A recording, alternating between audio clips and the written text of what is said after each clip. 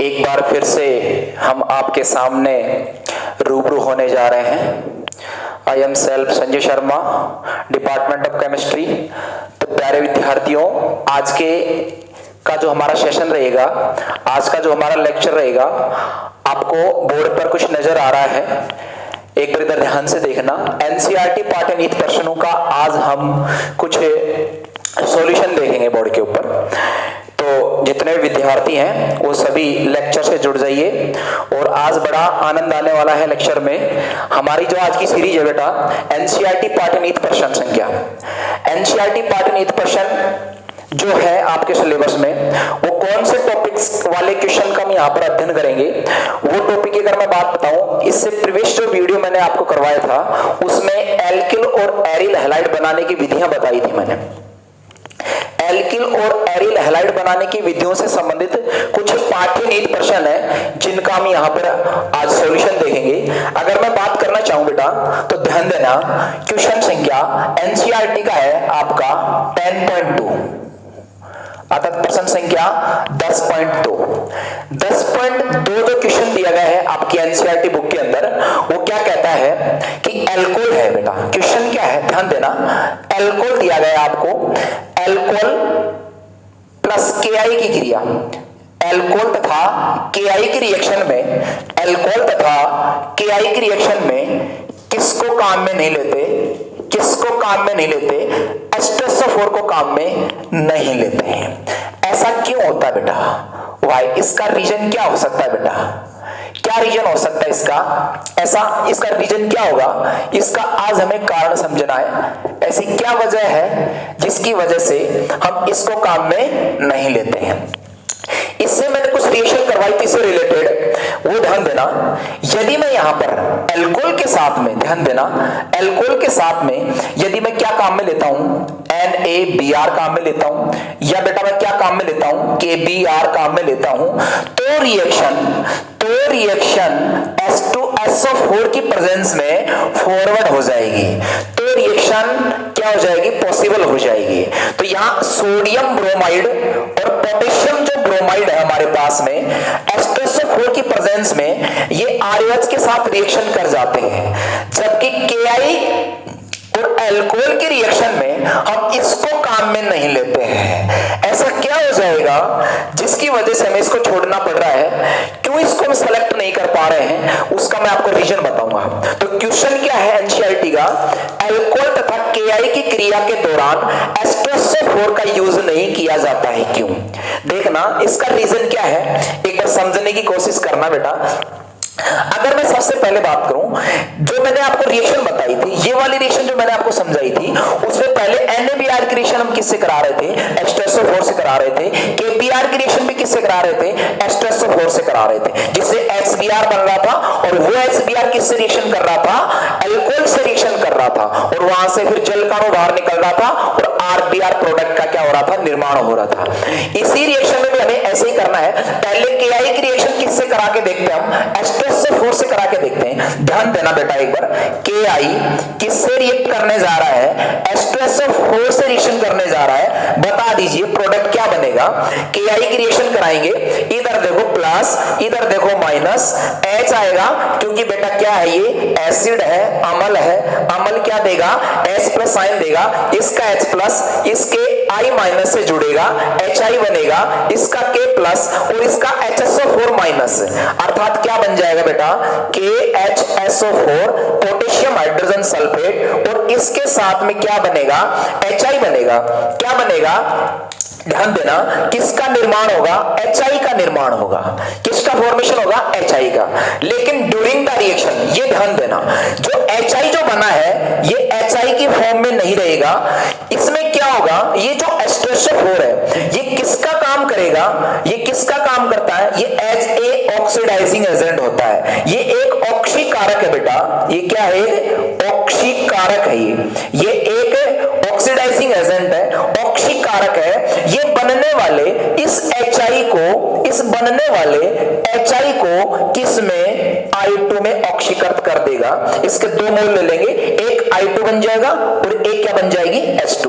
इसका मतलब मतलब यहां से जो आयोडाइड था वो किसमें ऑक्सीकृत हो गया, I2 में ऑक्सीकृत हो गया।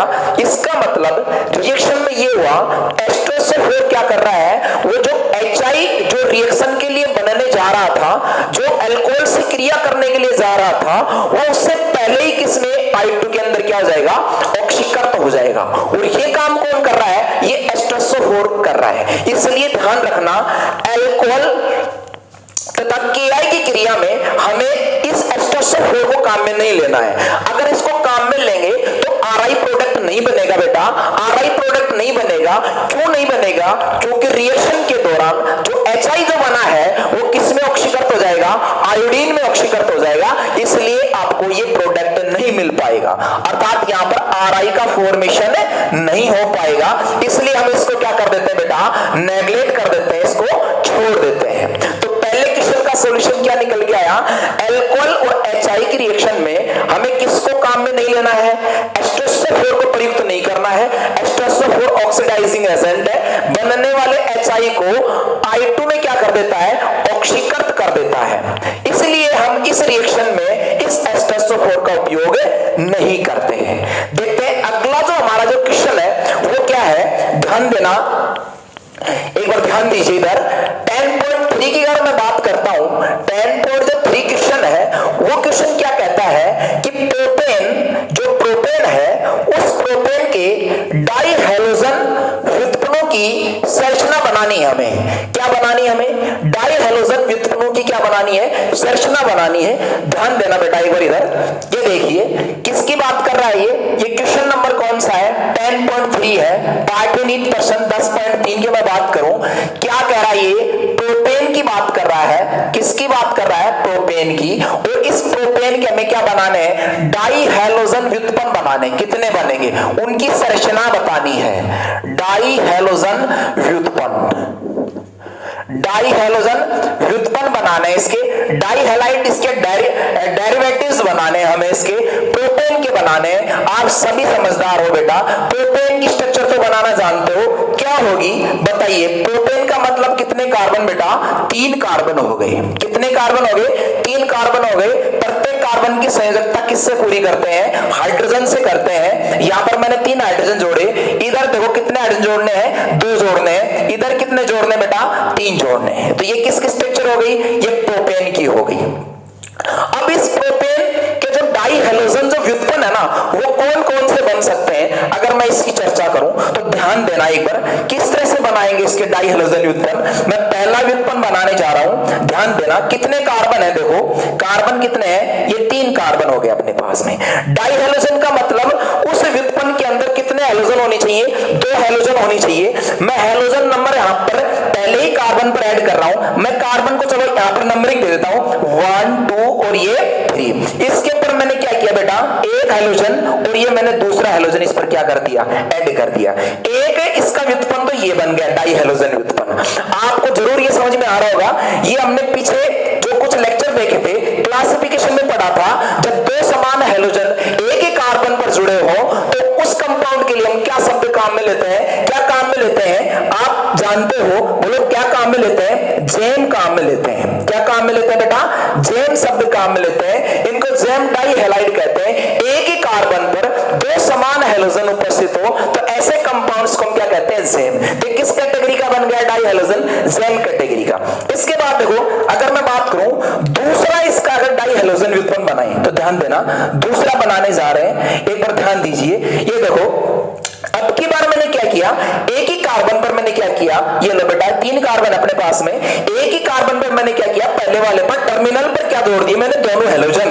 अगर मैं इधर भी जोड़ता हूं दोनों हैलोजन तो सेम बनेंगे। फिर अब बीच वाले पर जोड़ के देख रहे हैं, बीच वाला कार्बन हमारे पास में 2 नंबर वाला कार्बन है, 1 2 3। यदि मैं हैलोजन यहां जोड़ दूं और हैलोजन यहां जोड़ दूं, बेटा ये वाला कंपाउंड भी बताना क्या बनेगा, ये वाला कंपाउंड भी क्या बनेगा, ये भी जेम कैटेगरी का कंपाउंड होगा, क्योंकि एक ही कार्बन पर क्या आ रहे हैं, 2 हैलोजन आ रहे हैं। देखो एक ही कार्बन पर 2 हैलोजन, उनके लिए क्या लगाते हैं, जेम।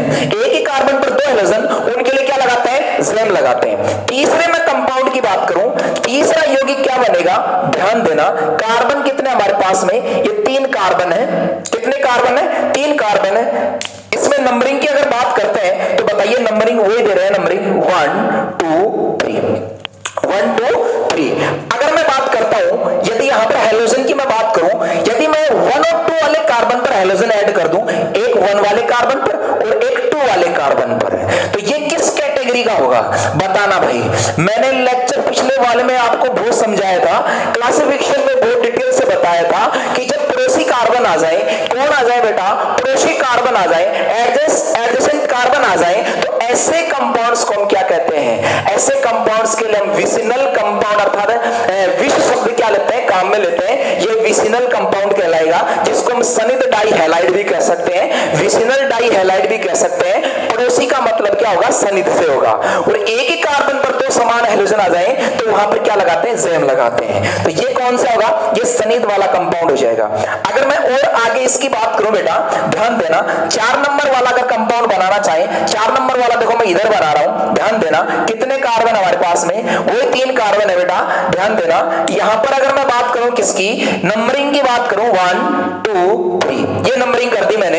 यदि मैं क्या करूं, पहले और लास्ट वाले पर क्या जोड़ दूं बेटा, पहले और लास्ट वाले पर क्या जोड़ दूं, हेलोजन जोड़ दूं।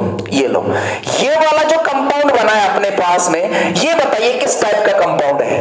पहले और लास्ट वाले पर मैंने क्या किया है, हेलोजन को ऐड किया है, पहले और लास्ट वाले को। तो ऐसे कंपाउंड्स को टर्मिनल कंपाउंड कहते हैं, अर्थात इन्हें टर्मिनल डाई हैलाइड बोलेंगे। टर्मिनल कर जान गए ना, शीर्षक, अर्थात यहाँ शीर्ष किस वाले, ये वाला कार्बन टर्मिनल है, इधर से ये वाला कार्बन टर्मिनल है, तो 1 और 3 टर्मिनल कार्बन है, इन पर मैंने क्या किया, हेलोजन को ऐड कर दिया। अर्थात पहले और अंतिम कार्बन पर क्या करते हैं, हेलोजन को ऐड कर दें। तो ऐसे कंपाउंड्स को हम क्या बोलते हैं, ऐसे कंपाउंड्स को हम क्या कहते हैं बेटा, अल्फा ओमेगा टाइप के हैलाइड्स बोलते हैं। ये देखो ध्यान देना एक बार, तो हमारे पास यहाँ पर कितने डाई हेलोजन व्युत्पन्न बने, 4 डाई हेलोजन व्युत्पन्न बनाए मैंने। किससे बनाए बेटा मैंने, ये प्रोपेन से बनाई। पहले वाले की अगर मैं बात करता हूं, इसका आईपेक नाम बताना बेटा, इसका आईपेक नाम बताना। 1 पर 2 हेलोजन आ रहे हैं, 1 1 बोलेंगे, डाई बोलेंगे, हेलो बोलेंगे, 3 कार्बन को क्या बोलेंगे, प्रोपेन बोलेंगे। 2 वाले पर आ जाना, आईपेक बोलना बेटा, 1 2 3, 2 पर भी क्या आ रहा है, हेलो आ रहा है। तो इसका मतलब क्या हो गया, 3 कार्बन की एल्केन हो गई, इसका मतलब 2 2 डाई हेलो। ध्यान देना बेटा, 2 पर 2 हेलोजन है, फिर 2 पर 2 1 हेलोजन है, इसका मतलब 2 2 डाई हेलो प्रोपेन। इसका नाम क्या हो जाएगा, 2 2 डाई हेलो प्रोपेन। इस वाले पर आ जाना बेटा, 1 2 डाई हेलो प्रोपेन। 1 पर हेलोजन है, 2 पर हेलोजन है, तो 1 2 डाई हेलो प्रोपेन। इधर आ जाना बेटा, 1 और 3 पर आ रहा है 1 3 डाई हेलो प्रोपेन, ये 1 3 डाई हेलो प्रोपेन कहलाएगा। इसका